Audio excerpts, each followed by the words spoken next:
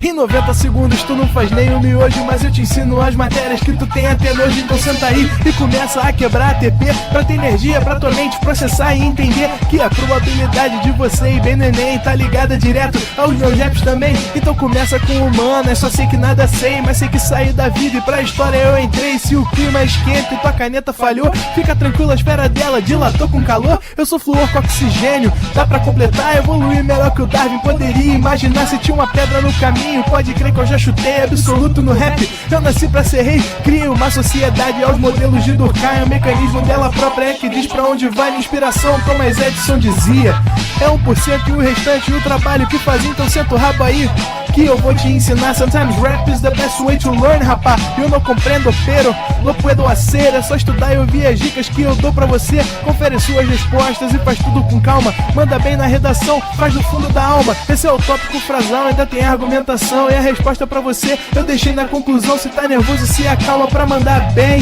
E se liga nos vídeos que eu te preparo pro Enem.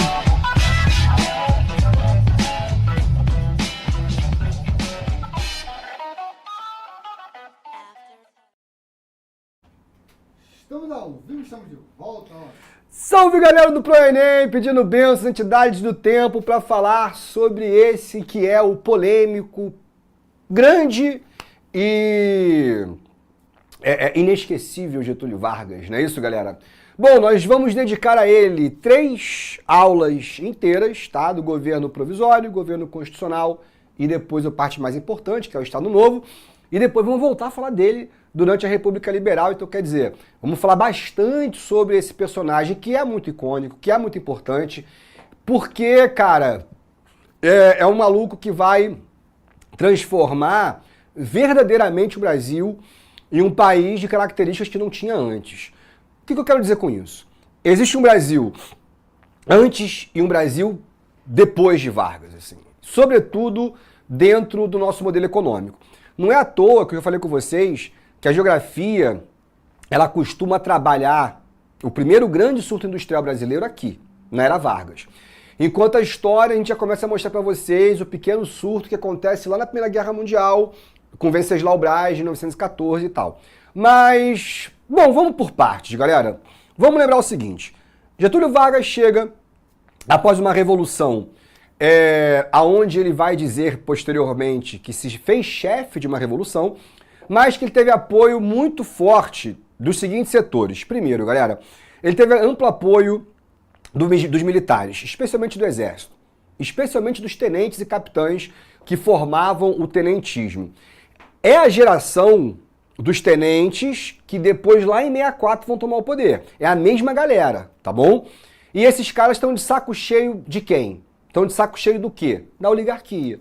Estão de saco cheio do café com leite. Não aguentam mais uma República Brasileira que é completamente atrelada aos mandos e desmandos de São Paulo.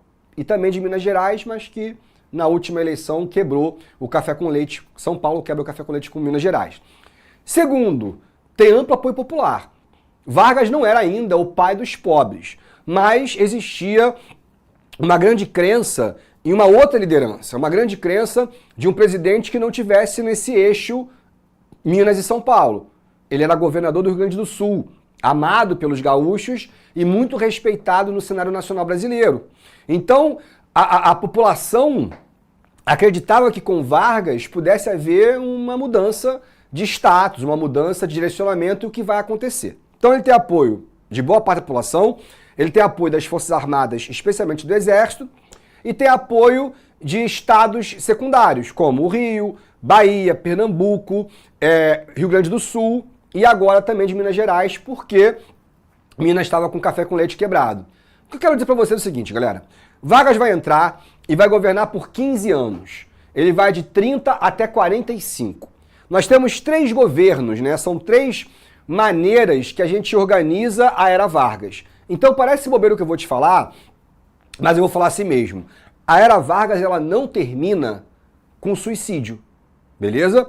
Vargas vai sair do poder em 45 e vai voltar ao poder em 51. Aí depois ele vai se matar.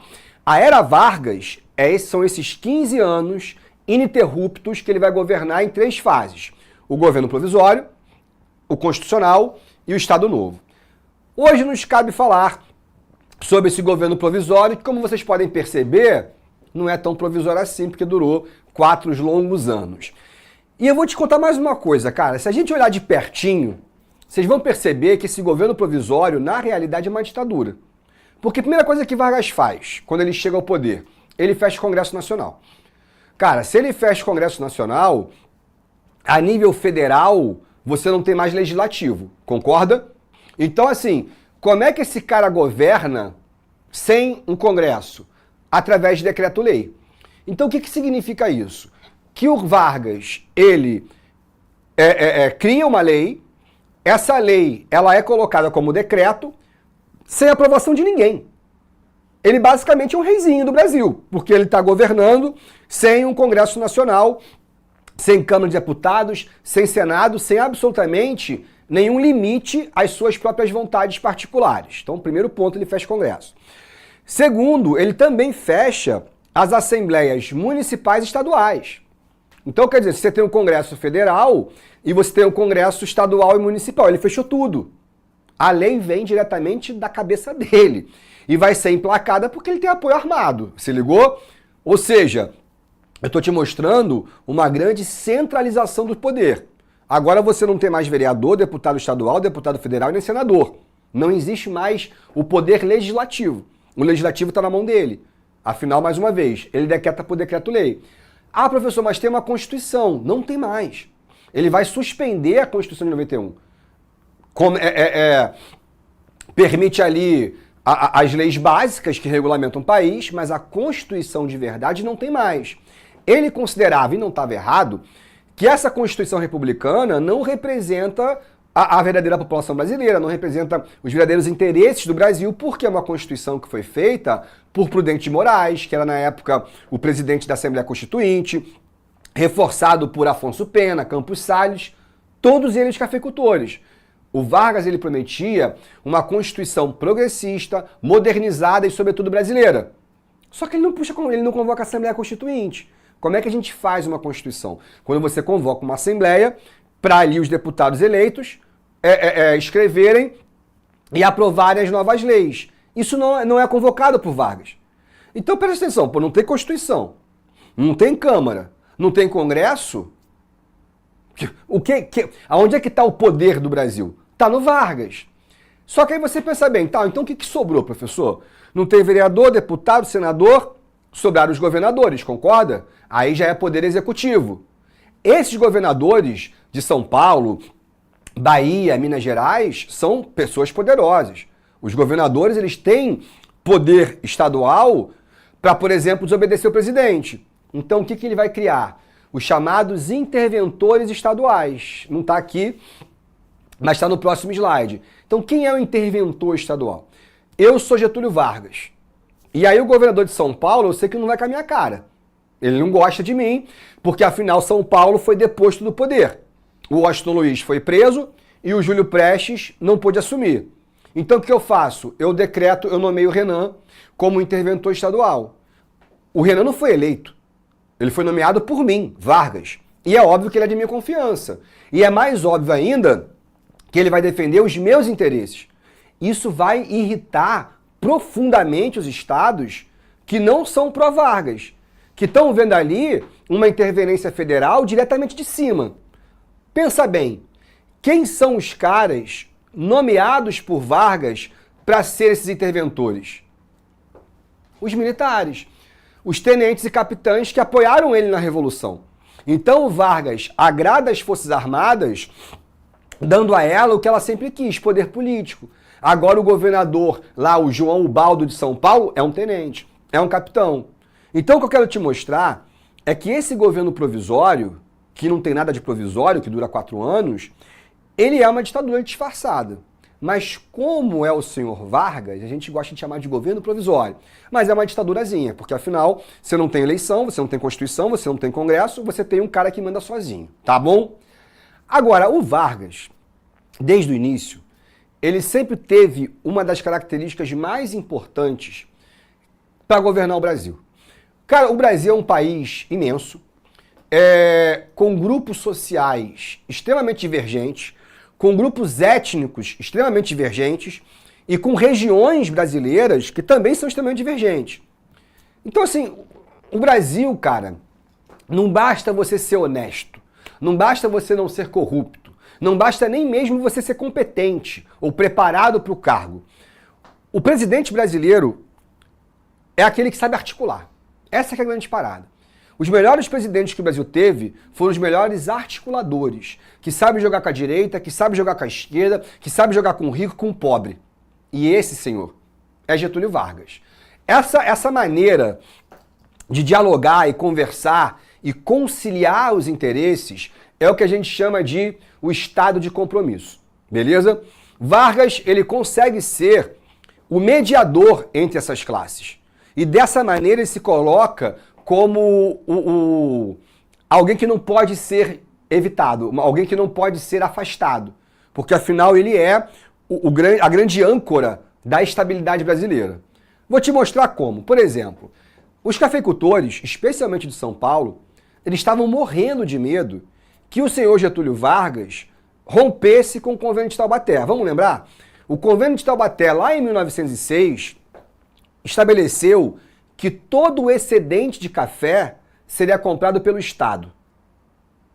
O Vargas sempre prometeu industrializar o Brasil. Sempre. E vai fazer. E vai cumprir. Então existia um receio muito grande de que o Estado parasse de comprar o café, que o Estado parasse de valorizar o café. Não. Mentira. Vargas vai criar o CNC, o Conselho Nacional do Café.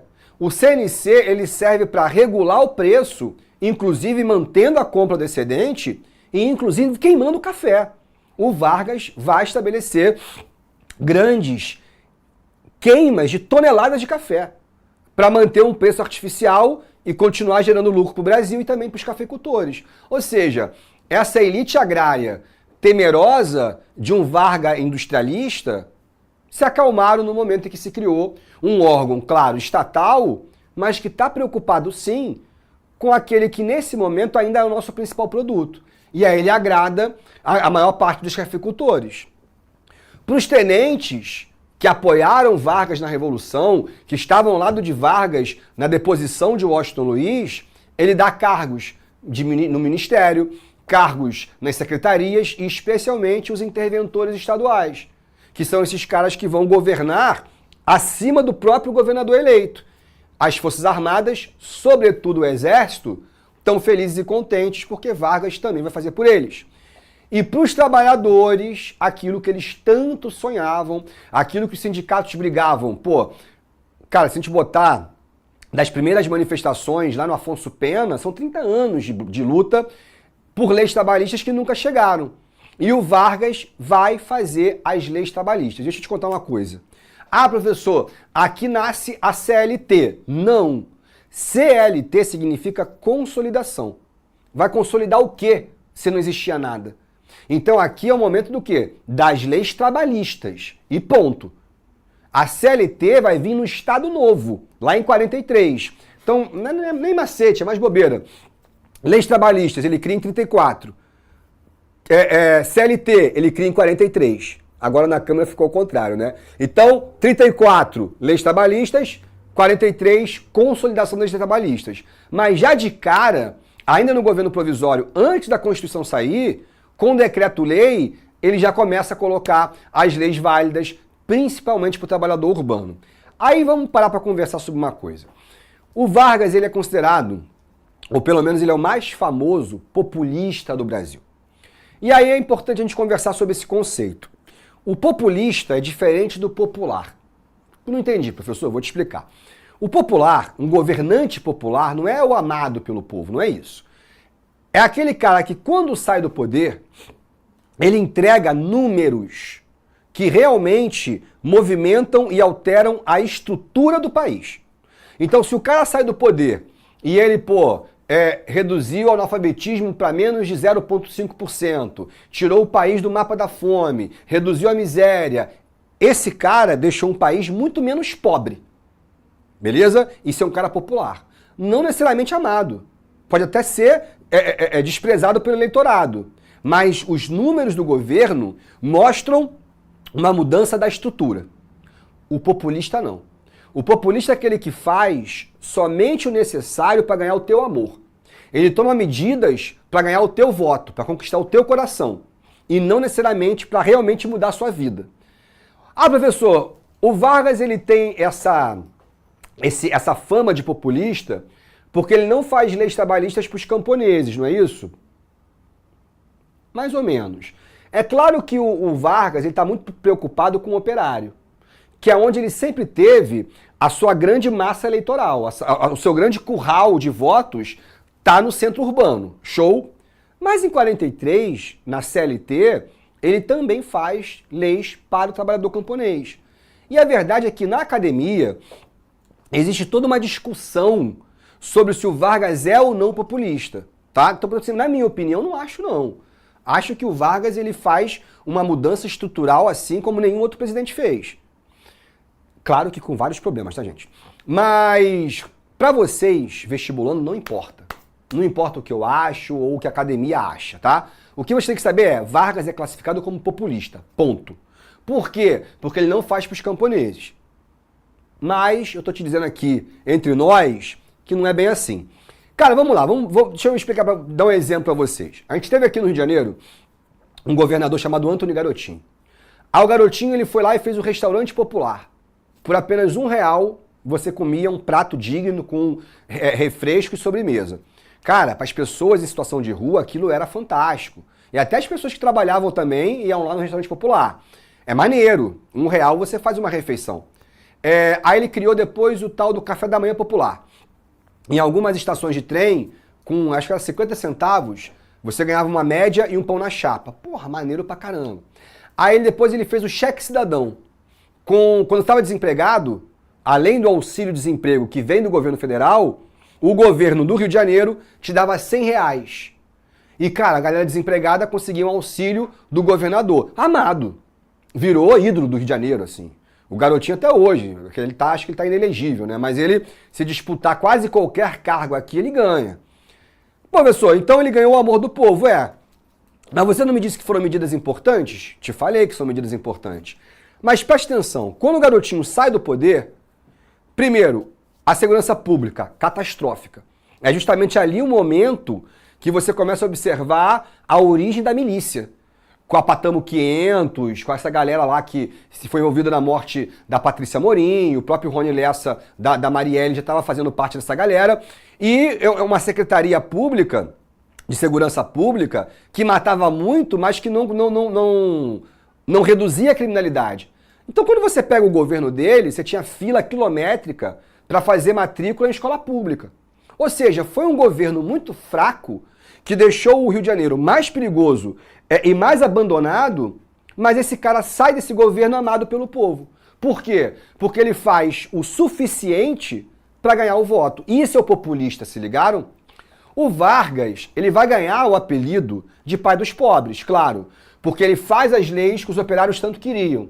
Mas também ganha o apelido de mãe dos ricos, porque ele vai se colocar muito habilmente como o cara que vai intermediar as relações do trabalhador com o patrão. Então essa classe alta brasileira, o dono de banco, o dono da indústria, o dono da fábrica, ele olha para Vargas meio preocupado. Porque, o Vargas vai fazer lei trabalhista, agora eu como empregado, eu como patrão, vou ter que pagar salário mínimo, hora extra, vou ter que dar descanso semanal, vou ter que pagar férias, vai.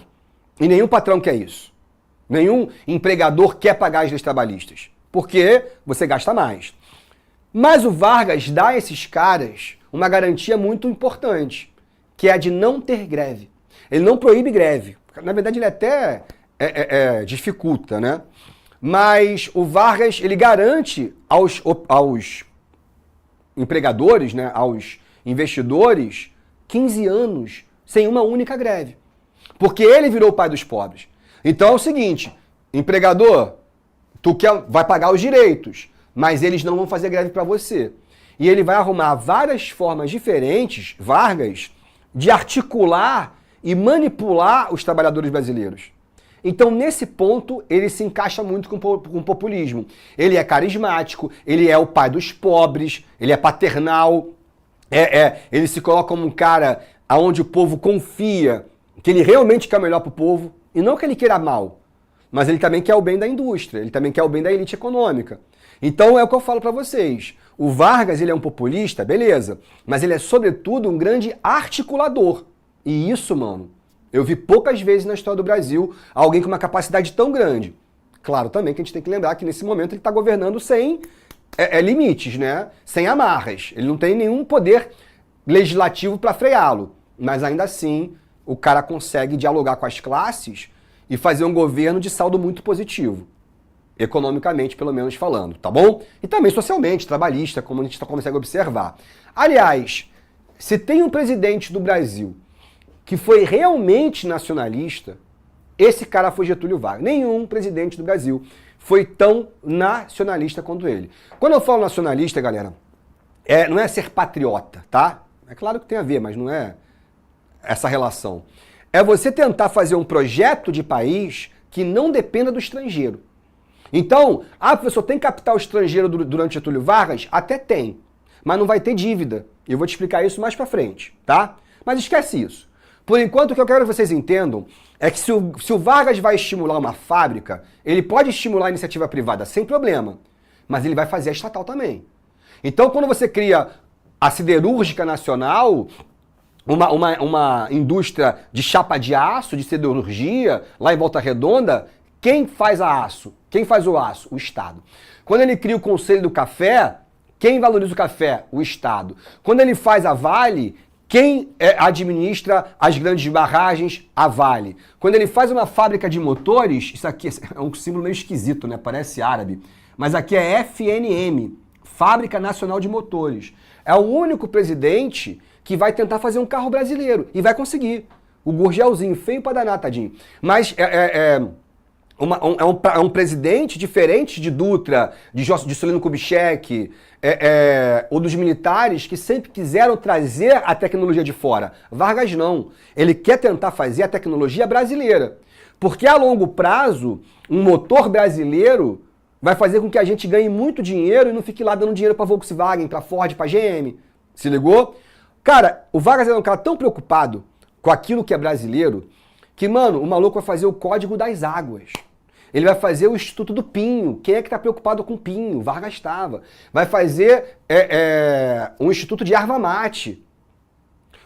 O Vargas, ele vai ser o primeiro presidente a tirar a capoeira da marginalidade e falar que a capoeira não é marginal. Pelo contrário, é motivo de orgulho brasileiro. E a capoeira vai ser patrimonializada como uma herança histórica cultural do Brasil. Até hoje, é patrimônio cultural. Nenhum lugar do mundo pode fazer capoeira sem dar referência ao Brasil. Eu tô vendo um monte de meme brincando, né? Se capoeira virar esporte olímpico, o Japão começa a gingar capoeira no dia seguinte. Mas a verdade é que o Japão, nessa época, tentou roubar da gente o açaí. É sério. E o Vargas foi lá e falou, não, o açaí é nosso. E patenteou. O samba também foi colocado como patrimônio cultural brasileiro. Cara, até o jiu-jitsu. Mais uma briga com o Japão. Essa é a época da família Gracie, né? O Hélio e o Carlos Gracie, que são os grandes patriarcas do jiu-jitsu. E era uma época que ninguém conhecia o jiu-jitsu. Das artes marciais era capoeira, karatê e judô. Acabou. E boxe, né? Essa arte que vai pro chão, não sei o que lá. E aí os Gracie, pra estimular as academias de jiu-jitsu, especialmente Copacabana, eles botavam coisa no jornal. Quer tomar porrada? Vem aqui, ó, eu tenho 60 quilos. Aí os caras falavam, como assim um cara de 60 quilos vai querer me bater? Aí vinha um monte de boxeador, capoeirista, e os Gracie quebravam todo mundo. Quando o Vargas descobriu o jiu-jitsu, ele ficou apaixonado. E aí ele pediu para explicar. Os Gracie falaram, a gente aprendeu com um japonês do circo e tal, mas a gente adaptou. Isso aqui então não é japonês, isso aqui é o BJJ, é o Brazilian Jiu-Jitsu. E o Vargas tentou patentear o jiu-jitsu. Só que aí depois, né, a Comissão Internacional falou, não é bem assim. Aí são artes marciais separadas do tal do jutsu, né? Que é o ataque do karatê, a queda do judô e a finalização do jiu-jitsu. Então tudo faz parte das artes japonesas. E aí a gente não conseguiu ganhar essa queda de braço. Mas, então percebam que o Vargas deseja é independência, cara. independência financeira, independência tecnológica, e ele sabia que o caminho para isso era a industrialização. E se você quer industrializar o Brasil, você tem que começar por onde? Na base. Por isso, um grande investimento na indústria de base. Show? Ó, essas palavras vocês têm que saber, galera. Nacionalismo econômico é fundamental para Vargas, talvez a característica mais importante. Populismo e, claro, o trabalhismo. Como vocês bem sabem, Vargas é o cara que vai regulamentar a atividade laboral. Vargas é um cara que vai proteger o trabalhador, mas não só proteger, ele vai organizar a parada. Então é a primeira vez que o Brasil vai ter um Ministério do Trabalho. Não tinha ministério, não tinha carteira de trabalho. Agora com o ministério, com as leis, com a carteira, você vai ter ali a regulamentação, licença maternidade, proibição do trabalho infantil, tem que pagar hora extra. Isso aqui é o Lindolfo Collor, é o avô do Fernando Collor de Mello, futuro presidente impeachmentado do Brasil. Vargas também cria Ministério da Saúde, Educação, Indústria e Comércio, cria a Justiça do Trabalho, que é fundamental. Pô, tu tá... Eu, por exemplo, trabalhei numa escola que ficou 2 anos me pagando salário, mas não pagava meu fundo de garantia, meu FGTS. Cara, pô, eu não sabia o que fazer. Sempre trabalhei tudo certinho. Aí um amigo falou, mano, vai no sindicato, Otto. Aí eu fui no sindicato dos professores e falei, cara, essa escola aqui não pagou meu fundo. O sindicato, na hora, veio um advogado, me orientou, documento, babá, já manda um comunicado para a escola, e a escola, ó, ou você paga o devido ou a gente vai para a justiça. Isso é o sindicato. Vocês vão ter o sindicato de vocês um dia. E vocês vão perceber que existe uma contribuição sindical no teu contra-cheque, que é justamente para você utilizar esse sindicato quando você precisar recorrer a um processo ou a alguma ilegalidade que veio do seu patrão. Por isso que o Vargas, cara, ele vira o que ele vira, porque o trabalhador não tinha nada. O trabalhador, ele era completamente informal. E de repente agora ele tem... Nessa época não tinha o fundo de garantia, isso é uma invenção lá dos militares, lá com Castelo Branco. Mas você tem uma lei de estabilidade, você tem lei de sindicalização, você tem carteira de trabalho, pô, aí ele é o pai dos pobres. E aí que o Vargas também vai criar um cargo, a carteira de trabalho aí. E ele vai criar não é um cargo não, falei besteira, ele vai criar um infiltrado chamado de pelego. Quem é o pelego, cara? O pelego é o cara que está no sindicato, mas ele trabalha pro Vargas. O Vargas prometeu para ele cargo comissionado, alguma secretaria. Então vamos lá. Nós somos um sindicato, beleza? E aí tá lá o companheiro Renan falando mal de Vargas, falando assim, companheiros, Vargas se coloca entre o mediador da gente em relação ao patronato. Poxa, como é que a gente vai reivindicar as coisas se a gente depende de Vargas? A gente está tolhido de fazer greve, a gente está tolhido de fazer manifestação. Vocês não percebem, companheiros, que no momento em que Vargas cria as leis trabalhistas, ele coloca a gente para dentro da asa dele e protege o nosso patrão. Então a gente tem que acordar, companheiros. A gente tem que fazer piquete, blá, blá, blá. Aí eu falo assim, companheiro Renan, posso ter a palavra? Claro, companheiro Otto, pode dizer. Fala assim, senhores, me recordo alguns anos atrás, quando eu trabalhava com o companheiro Renan, na fábrica da Ford, e ele chorava, porque domingo ele tinha que trabalhar. Lembra, companheiro? Trabalhávamos todos os domingos, claro que lembro, companheiro Otto. Sabe onde eu estava domingo passado, senhores? Não, estava na casa do companheiro Renan, fazendo sabe o quê? Não, comemorando o aniversário do filho do companheiro. Então eu lhe pergunto, companheiro Renan, se você tem domingo para descansar e fazer o aniversário do teu filho, é graças a quem? A Vargas. Então como você ousa falar de Getúlio Vargas? Quem eu sou? O dedo duro, o pelego. Eu sou o cara que vou desarticular os sindicatos em nome do governo federal, em nome do presidente. E esses pelegos existem até hoje, tá? Então esse aqui, por exemplo, é um cartaz atual. Sabe identificar um pelego, olha lá, o dedão duro, tal, não sei o que lá. Aí é toda uma brincadeira. Eu, quando divido sala de aula com outro professor de história, né? Aí eu sempre combino com a turma. Eu falo assim, ó, quando o Biro, por exemplo, o Biro entrar aqui, quando ele der um olho, ele fala assim, tu é mó pelego, professor. Vi a reação dele. Quando o professor não sabe, o cara tá lá assim, Aí o aluno fala assim, tu é mó pelego. Tu é o quê, meu irmão? Tá maluco? Não, Otto que mandou. Aí, cara, todo mundo ri. Porque é uma palavra muito dura, né, cara? É um cara meio escroto, um cara mau caráter, um cara que tá ali a serviço do governo contra seus próprios companheiros. Vargas cria o pelego e vai ser muito funcional para evitar greves e manifestações. E aí é o seguinte, galera. Passaram 2 anos, ou seja, de 1930 até 1932, e o estado de São Paulo está revoltado com tudo. Porque Vargas não convocou as eleições, Vargas não convocou uma Assembleia Constituinte e continua governando como se fosse o Deus.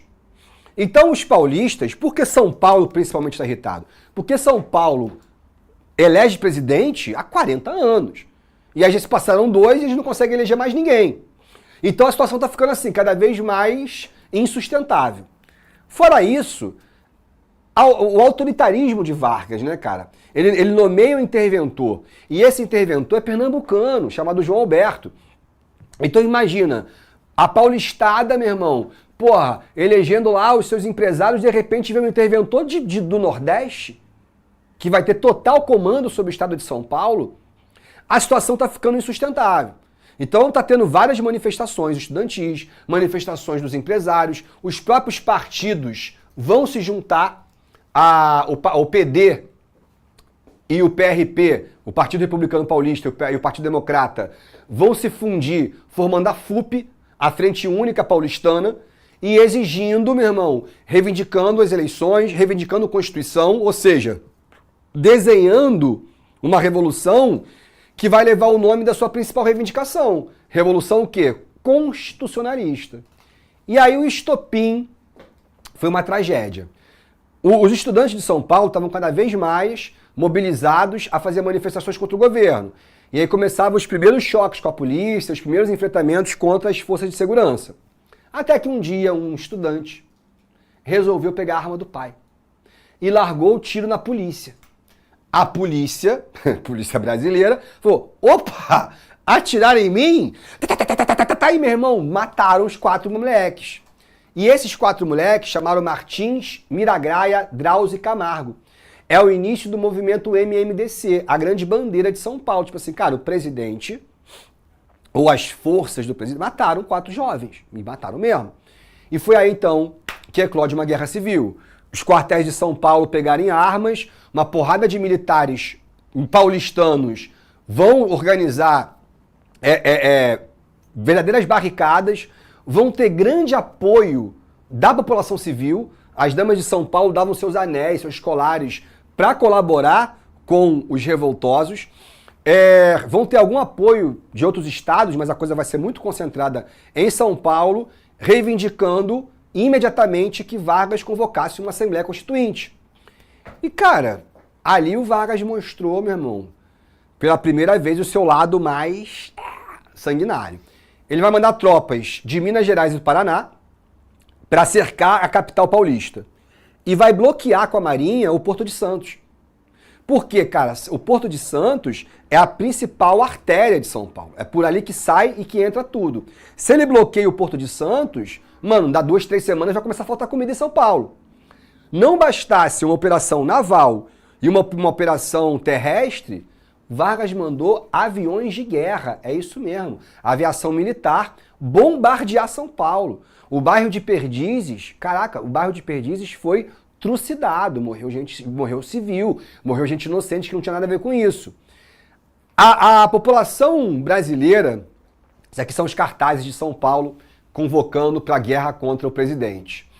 Isso aqui é uma foto colorida artificialmente de militares paulistanos contra Vargas.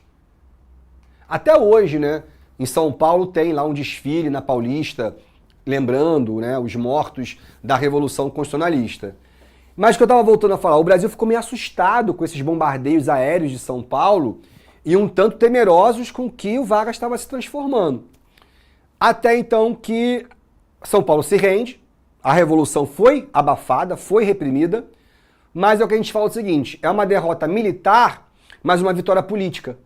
Porque o Vargas, então, vai convocar a Assembleia Constituinte em 33 e em 34 nasce uma das mais famosas e menos duradoura Constituição do Brasil. Tem um monte de coisa, galera, mas o que você precisa saber dessa Constituição? Brasil é uma república com divisão em 3 poderes, Estado laico, voto direto, etc, etc. Agora, quais são as novidades? Primeiro, voto secreto. Isso aí é fundamental. Agora que o voto é secreto, é uma maneira de você evitar a fraude, o cabresto, o coronelismo. E o voto feminino, que já é uma bandeira de reivindicação de décadas, e aí finalmente o Brasil deu o direito de voto às mulheres. E aí, agora o eleitorado brasileiro vai dobrar de tamanho. Show? E terceiro, as leis trabalhistas. Professor, mas já não tinha feito antes? Eram decretos-leis. Agora essas leis vão fazer parte da Constituição brasileira. Então essa Constituição acalma os ânimos, beleza? E o mais interessante é o seguinte, ela prevê que as eleições são diretas, igual hoje. Hoje você vai lá e vota no teu candidato. Exceto para o primeiro presidente. E aí, quem vai ser o primeiro presidente eleito indiretamente? O próprio Vargas.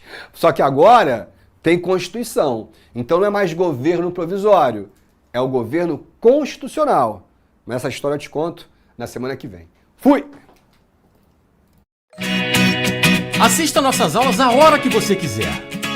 Vem com o Pro, o cursinho online que mais aprova no Enem. Assine em proenem.com.br.